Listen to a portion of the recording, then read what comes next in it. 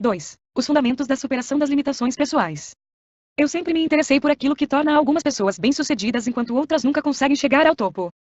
Por que alguns atletas superam seus próprios recordes e conquistam novos patamares nas modalidades esportivas que praticam? Por que alguns profissionais procuram se aprimorar constantemente e se tornam cada vez mais bem-sucedidos enquanto outros permanecem estagnados na carreira? Eu estava cheio de perguntas e ocorreu-me que a única forma de obter as respostas seria procurar o maior número possível de pessoas de sucesso, analisá-las e descobrir as diferenças existentes entre elas e os indivíduos de desempenho inferior. E foi o que fiz. Analisamos todas as pessoas a que tivemos acesso, um grupo realmente impressionante. Estudamos os melhores investidores de Wall Street e muitos dos melhores executivos do mercado. Estudamos vários entre os melhores atletas do mundo em todas as modalidades esportivas, além de crianças que obtinham notas de desempenho excepcionais. Analisamos personalidades da televisão, estudamos mães e pais que estavam educando os filhos de forma fantástica. Analisamos os principais educadores dos Estados Unidos e muitos dos gigantes da indústria. Analisamos líderes do comércio varejista e das forças armadas. Estudamos todos aqueles que poderiam nos fornecer informações e ainda estamos estudando outras pessoas, pois queremos continuar refinando nossa percepção das diferenças entre as que alcançam o máximo desempenho e as que não o alcançam. Teorias do sucesso. No cerne da superação das limitações pessoais está a noção crucial de que não são somente os pontos fortes que definem nosso sucesso. Não importa quão formidáveis sejam nossos talentos, ficamos restritos por comportamentos que limitam nosso desempenho ou definem os motivos para nosso fracasso. Em outras palavras, nossas limitações pessoais determinam, em última instância, nosso nível de sucesso. Se você conseguir identificar esses pontos fracos e traçar um plano para superá-los, logo vai experimentar uma explosão de sucesso, produtividade e felicidade em todos os aspectos da sua vida. Em suma, você conhecerá quem você nasceu para ser. A teoria das limitações pessoais desafia duas abordagens comuns ao autoaperfeiçoamento que muitas vezes não deram certo com meus clientes, a teoria da personalidade e a teoria das forças.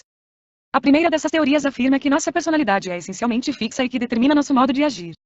A área vasta que abrange várias visões do eu, às vezes até conflitantes entre si, a teoria da personalidade não é de grande ajuda na identificação de problemas ou de estratégias de melhoria. Concordo com a ideia subjacente de que nossas características ou tendências inatas muitas vezes definem quem somos, mas essa teoria não reconhece nossa tremenda capacidade de realizar transformações positivas em nossa vida e, portanto, é limitada como ferramenta para nosso crescimento. Dezenas de perfis podem descrever nossa personalidade.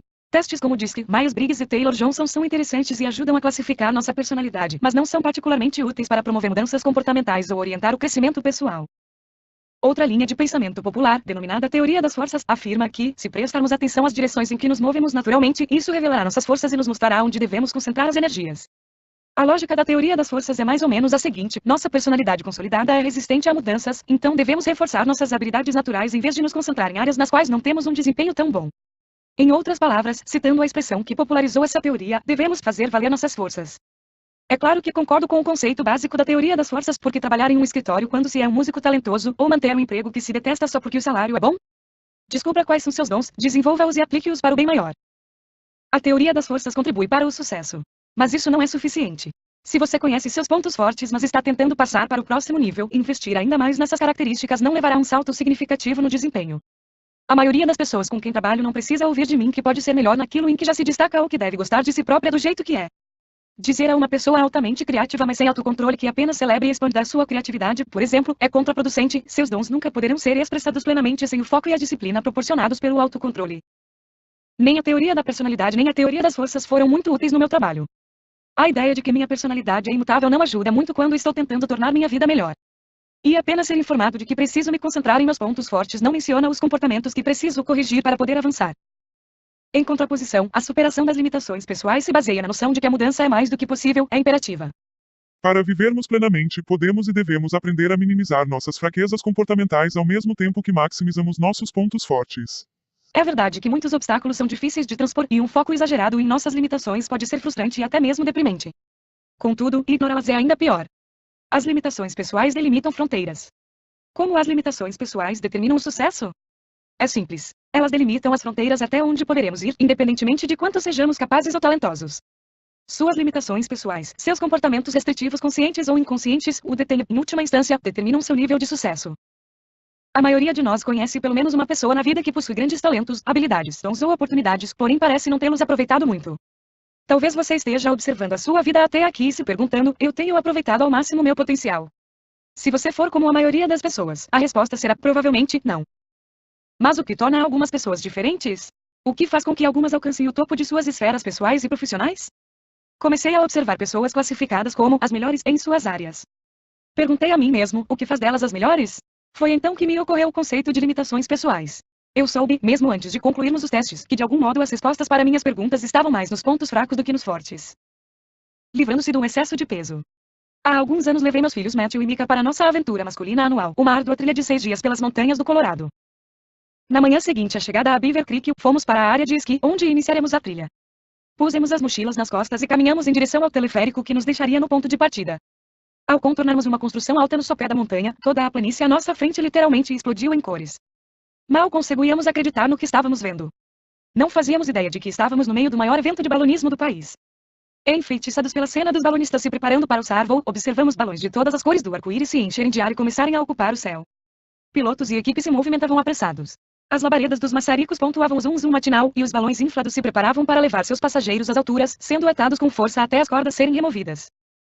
Um balão chamou minha atenção. A maioria das pessoas estava se afastando dele pois tinha se tornado perigoso. O maçarico parara de lançar ar quente no balão antes que ele se inflasse por completo. Meio murcho e preso por uma corda longa, ele se movimentava lentamente em círculo, derrubando tudo o que estivesse em seu caminho como uma imensa bola de boliche feita de nylon. Um membro da equipe tentava desesperadamente desamarrar uma corda, enquanto o balão causava um desastre em câmera lenta. Nós o observávamos à distância enquanto o balão continuava dando trombadas, sendo puxado e tentando se livrar das amarras. Olhei para Matthew e Micah e disse: Meninos, eu sei como é sentir isso. Como assim, pai? Perguntou Matthew. Eu sei como é querer se soltar do chão estando amarrado a algo e tentar desesperadamente se libertar. A seguir, expliquei que eu me lembrava de várias vezes em que cordas invisíveis me mantiveram preso quando eu estava tentando alçar voo. Apesar de meus erros e fracassos, eu sabia que estava destinado a ser mais do que aquilo. Soltem-me e me deixem ir, eu quero voar. Mais tarde, enquanto víamos os balões subirem aos céus a partir do cume em que estávamos sentados, eu refleti mais um pouco sobre as incríveis semelhanças que temos com eles. Percebi que todos estamos a bordo de um balão de gás. E quer reconheçamos isso ou não, todos estamos participando de uma corrida. Alguns ainda estão presos ao solo procurando uma forma de se soltar para poder voar. Há ainda aqueles que sobem, mas não conseguem alcançar uma boa altitude porque estão carregando muito peso. As cordas e os pesos os impedem de se libertar e subir. Quando os balões começam a decolar, percebemos que alguns vão imediatamente para cima enquanto outros planam sobre a superfície, a pouca altura do chão. Então alguém corre e grita para um dos que estão lutando para levantar voo. O que está atrapalhando são os pesos. Jogue os pesos fora. Após um instante, a pessoa na gôndola entende. São os pesos que estão me detendo. Ela começa a se livrar dos pesos o mais rápido possível e dito e feito, o balão começa a subir.